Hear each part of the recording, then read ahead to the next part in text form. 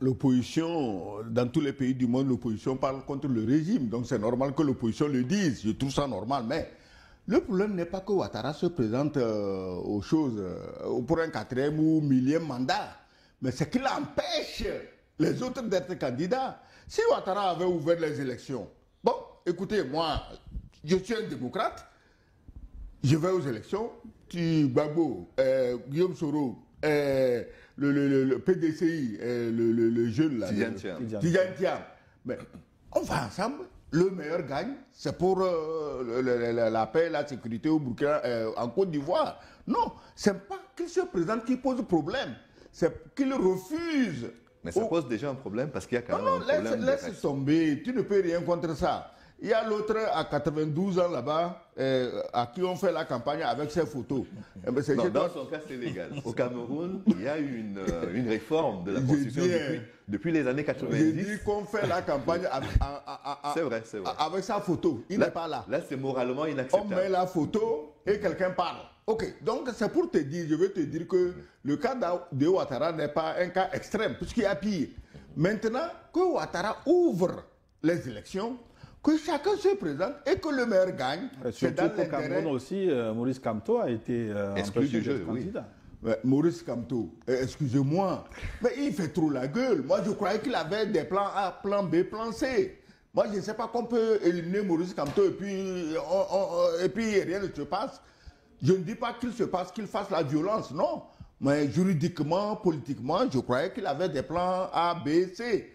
Parce que si je comprends ce qu'on lit sur les réseaux, il est massivement soutenu, même dans la diaspora. Ces gens, ils font quoi? Non, oui, mais, le problème, c'est pour rester un peu dans votre parenthèse en Côte d'Ivoire, moi, ce qui me chagrine, c'est la parole politique. Est-ce qu'elle a encore une certaine valeur? Parce que j'ai entendu le président ivoirien Alassane Ouattara dire publiquement plusieurs fois qu'il ne fera jamais un 4e mandat, qu'il ne peut jamais être candidat au-delà de 80 ans, qu'il va remettre le pouvoir aux jeunes. Quand on écoute ces anciennes vidéos, on se dit... Monsieur Gilles, tu connais Charles Pasqua? C'est l'ancien ministre français de l'Intérieur. Charles Pasqua. Il a dit, il est clair, qu'en politique, les promesses n'engagent que ceux qui les écoutent. Est-ce que quand Ouattara a promis qu'il ne sera plus candidat, est-ce qu'il a obligé quelqu'un à l'écouter? Est-ce qu'il a obligé quelqu'un à le croire? Il a parlé. Si tu l'écoutes et tu le crois, ça fait ton affaire. Lui, il a son projet, il l'exécute. Tu comprends?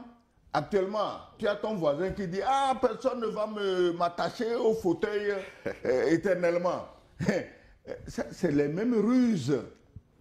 C'est les mêmes ruses. Et il n'y a aucune garantie qu'il partira comme il veut nous faire comprendre. On sait qu'il y a des tractations, des ruses sous l'eau. Et puis les autres, les naïfs là, les Yaïboni, les machins là, eux, ils le croient et ils se disent « Non, nous on va gagner. » Vous ne gagnerez rien. Il a parlé comme ça parce qu'il sait sur quoi il a mis le pied. Oui, mais si c'est que toi, tu es convaincu, en ton âme et conscience, qu'il y a quelqu'un qui veut l'intégration de la sous-région. C'était la volonté partagée jusqu'à présent. Que le type qui tient le franc CFA, qui est son dernier recours, c'est-à-dire que c'est son, comment on appelle ça, c'est sa dernière bouée de sauvetage. Son économie est sous l'eau. Et tu crois, toi, qu'il va soutenir des systèmes qui vont faire abandonner le franc CFA. Mais mon frère, cesse de rêver. C'est pas possible. Mais Louis Magloire, j'ai énuméré les faits tout à l'heure. Il y a eu régulièrement des accusations de déstabilisation des opposants burkinabés à qui on déroule les tapis rouges à Abidjan. Il y a eu l'histoire de la présidence de l'IEMOA, plus maintenant la mort d'Alino Faso. Est-ce que la Côte d'Ivoire cherche délibérément noise au Burkina Faso? Non. Pourquoi j'ai dit ici, quelle est la position officielle de la Côte d'Ivoire sur ce dossier? Parce qu'en politique, il faut faire attention à tout. Les manipulations aujourd'hui, mais c'est XXL. C'est-à-dire que quand on veut te noyer, tout le monde sait que Burkina, Côte d'Ivoire ne s'entendent pas. Et chacun réfléchit, se dit, mais comment on va faire pour empoisonner davantage l'atmosphère contre le candidat Ouattara? Bon, on va aller zigouiller Alino Faso. On va aller le suicider. C'est un suicide. Il n'y a pas dit que quelqu'un l'a tué. On va aller le suicider. On va aller le suicider.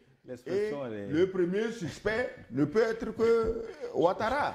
Je sais qu'on se suicide, mais aller suicider quelqu'un. Oui, on l'a suicidé. Je ne connais pas cette expression. Donc, c'est pourquoi je dis, moi, j'attends les positions officielles. Et que dès qu'il y aura des commissions, j'espère qu'il y en aura, pour éclaircir l'affaire, comme il a dit, des commissions mixtes Burkina, Côte d'Ivoire, qu'on mène des enquêtes et qu'on nous dise clairement ce qui s'est passé. Parce que si nous tombons dans les accusations hystériques et automatiques, nous tous, on va commettre des erreurs. Oui. Mais vous parlez de parole officielle. En tout cas, le Burkina, lui, il a réagi. Ouagadougou a énergiquement protesté contre votre suicide, ou enfin, ce que vous appelez assassinat, et a averti que ce crime ne restera pas impuni. Qu'est-ce que ça veut dire? Quelle forme peut prendre la réplique annoncée par le Burkina? Tu fais bien de rappeler la mort naturelle de Sankara, puisque le spécialiste de ces morts naturelles de Sankara, il est où aujourd'hui? Il est à Abidjan. Il doit certainement donner des cours aux jeunes officiers et dirigeants ivoiriens. Non seulement Sankara est mort de mort naturelle, son meilleur ami Sankara est mort. On dit, tu étais où? Il dit, ah, moi je dormais. Après, c'est Lengani et Zongo qu'on zigouille. Mais attends, c'est tes amis, ces gens-là, qu'est-ce qui s'est passé? Oh, moi je ne sais pas, je dormais. Donc, comme par hasard, lui, chaque fois qu'il dort, un ami meurt. Donc, moi, si je suis son ami, je ne vais pas le laisser dormir. Je vais rester chez lui en train de faire du bruit pour qu'il ne dorme jamais. Oui, mais le crime ne restera pas impuni, c'est ce que le Burkina dit. Comment vous comprenez ça? Il veut que toute la lumière soit faite. Oui, ça dit que le Burkina, il ne faut pas que les gens aillent aussi commettre des abus de langage pour dire qu'on menace. Non, ce n'est pas une question de menace. On veut la vérité. Parce que c'est dans la vérité, quand il dit ça ne reste pas impuni, c'est dans de la vérité qu'on pourra sanctionner les auteurs du crime. Sinon, ce n'est pas que, bon, on va tuer quelqu'un, parce qu'on sait que la mort de Alino Faso arrange beaucoup de transfuges burkinabés qui sont à Abidjan tranquille, qui croient que Abidjan c'est chez eux. Il faut leur rappeler que ce n'est pas chez eux. Un jour, ils vont fuir, ils n'auront même pas le temps de prendre leur caleçon. C'est pas facile. Donc, vous n'imaginez pas des actions de représailles? Non. Une réplique Non. C'est pas le style. Je ne pense pas que c'est le style. Le président Traoré, excuse-moi le terme, ce serait du gangstérisme. Le président Traoré ne va pas dire, bon, écoutez, allez me tuer tel ou tel en représailles. Non, ce n'est pas un enfant. Il est jeune, mais son intelligence est âgée d'au moins 1000 ans. Et il nous le prouve tous les jours. Donc, je ne crois pas, je ne suis pas son conseiller, je ne crois pas que c'est sa vision quand il dit que ce sera impuni, mais on fera tout pour que lumière soit faite et que les auteurs soient sanctionnés. Et sur ce point, nous tous, on le soutient. Qui ont des informations sur le sujet, c'est le moment de nous envoyer vos contributions. Nous sommes à une dizaine de minutes de la pause. Je vous rappelle le numéro pour nous écrire via WhatsApp, plus 228 96 08 43 43. 96 08 43 43, précédé de l'indicatif, plus 228. Et n'oubliez pas de liker cette émission pour la protéger. Partagez New World Forum pour porter loin la voix de l'Afrique qui refuse les morts en détention. Alors, une dernière question en dehors de la CEDEAO, qui est pratiquement tétraplégique. Sur quel levier on peut jouer finalement pour ramener la compréhension, la concorde entre les deux pays, aplanir ces divergences? Sur quel levier de pacification on peut jouer, Sogoyou Kegewe? Non, au lieu de poser la question de la CEDEAO, il faut plutôt demander quelle est l'opinion de Paris. Parce que l'opinion de Paris, c'est l'opinion de la CEDEAO. Donc ne perdons pas trop de temps. La CEDEAO, ils sont là. Est-ce que quelqu'un a déjà dit un mot? Non, on attend. On attend que Paris dise exactement ce qu'il faut faire. Donc Paris n'a pas encore parlé. Nous, on attend le mot d'ordre de Paris par rapport à ce crime. Sinon, il n'y a pas de CEDEAO. Tu parles de qui? Mais en dehors de la l'Union africaine est financée par des gens qui luttent contre les envies de souveraineté des pays africains. De même que la CEDEAO. Donc, vous posez des questions dont vous connaissez les réponses. Ils n'interviendront jamais, puisqu'ils sont des soutiens fanatiques de la Côte d'Ivoire qui est contre la souveraineté du Sahel. L'Union africaine, sous terre, les yeux fermés. CEDEAO, n'en parlons pas, d'ailleurs, c'est lui la CEDEAO, c'est la dernière relique de la CEDEAO. Qu'est-ce que tu veux qu'ils disent? Ils ne diront rien. Du moins, ils ne diront rien de bon. Hein, ils seront quand même préoccupés. L'Union africaine a-t-elle jamais entrepris quelque chose contre le terrorisme dans le Sahel? Non. La CEDEAO a-t-elle jamais fait quelque chose contre le terrorisme dans le Sahel? Non. Non, la CEDEAO a envoyé des troupes au Mali. Il a envoyé les troupes où? Au Mali. Pour aider les Français à soutenir les terroristes. Non, ils étaient là avant. La CEDEAO était là avant. Mais ils étaient là. Et donne-moi le résultat. Ne me dis pas qu'ils étaient là. Dis-moi ce que ça a donné. C'est vrai que ça n'a pas donné. Bombarder les convois de mariés, c'est ça l'aide contre les terroristes. Le Tchad aussi est Écoutez, venu. non, Malheureusement, attendez. le problème, c'est que... Tu as entendu l'autre hier. D'abord, il dit qu'il invite les pays de l'AES au défilé. Je crois qu'eux, ils ne sont pas arrivés. On ne sait même pas si l'invitation était réelle.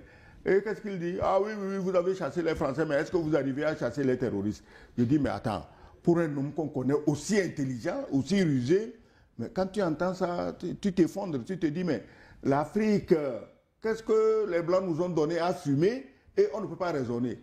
La France était au Sahel. La France et tout l'OTAN était au Sahel. Les Américains étaient là-bas. Ils n'ont jamais fait reculer un terroriste. Les terroristes avançaient et c'est eux-mêmes qui criaient que les terroristes vont prendre Bamako.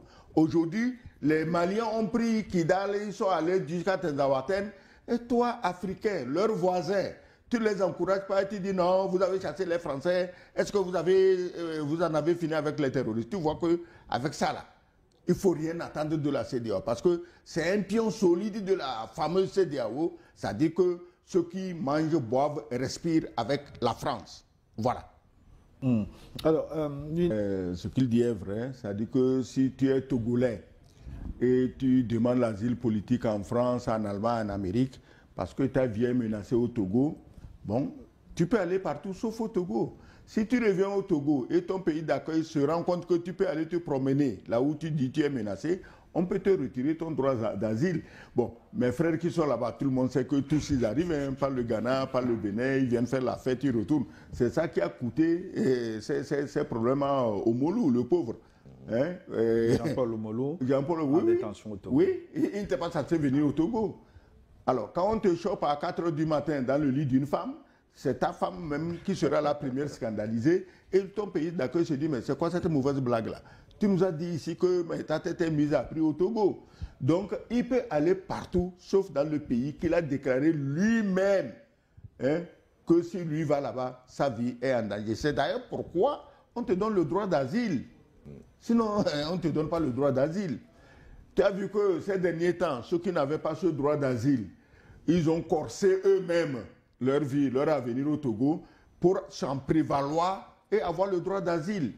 C'est une technique qu'on connaît. Hein. Nous, on a tellement vu et entendu ces histoires que ça nous laisse zen, quoi. Ça veut dire qu'on regarde, on sourit seulement. On sait comment ça se passe.